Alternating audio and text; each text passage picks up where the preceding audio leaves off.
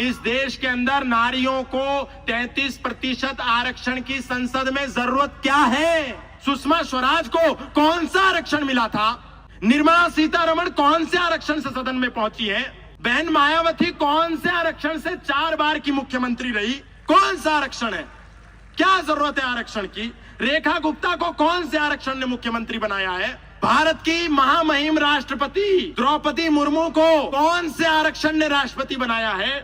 प्रतिभा देवी सिंह पाटिल को कौन सा आरक्षण था? जयललिता को कौन सा आरक्षण मिला था कि बड़े बड़े राजनीतिक दिग्गजों को पछाड़ देकर के वो मुख्यमंत्री बनी? कौन सा आरक्षण था? ममता बनर्जी को कौन सा आरक्षण है कि वो मुख्यमंत्री बनी हुई है?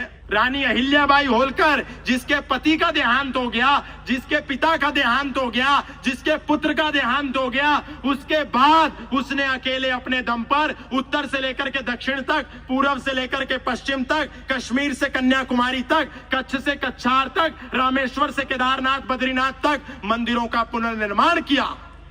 कौन सा आरक्षण था देवी अहिल्याबाई होलकर के पास?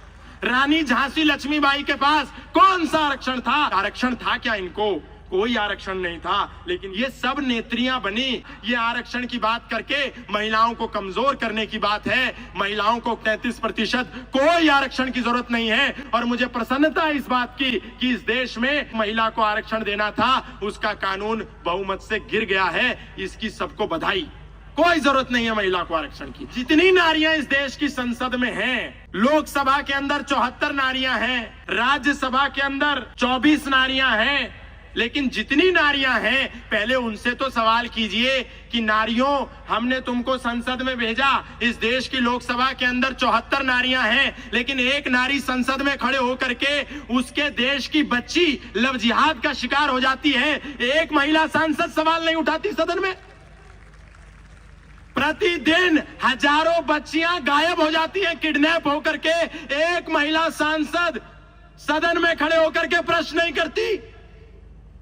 प्रतिदिन इस देश के अंदर नारियों का अपमान, नारियों पर अत्याचार, नारियों के साथ दुराचार, व्यभिचार, अनाचार इस देश के अंदर प्रतिदिन होता है, बलात्कार होता है। एक महिला सांसद खड़े होकर के सदन में अपनी आवाज नहीं उठाती। तो ऐसे में क्या आवश्यकता है 33% नारियों को आरक्षण देने की? पहले जो नारियां सदन में हैं, वो तो नारियों की बात करें, वो तो महिला सुरक्षा की बात करें, वो तो महिला सम्मान की बात करें।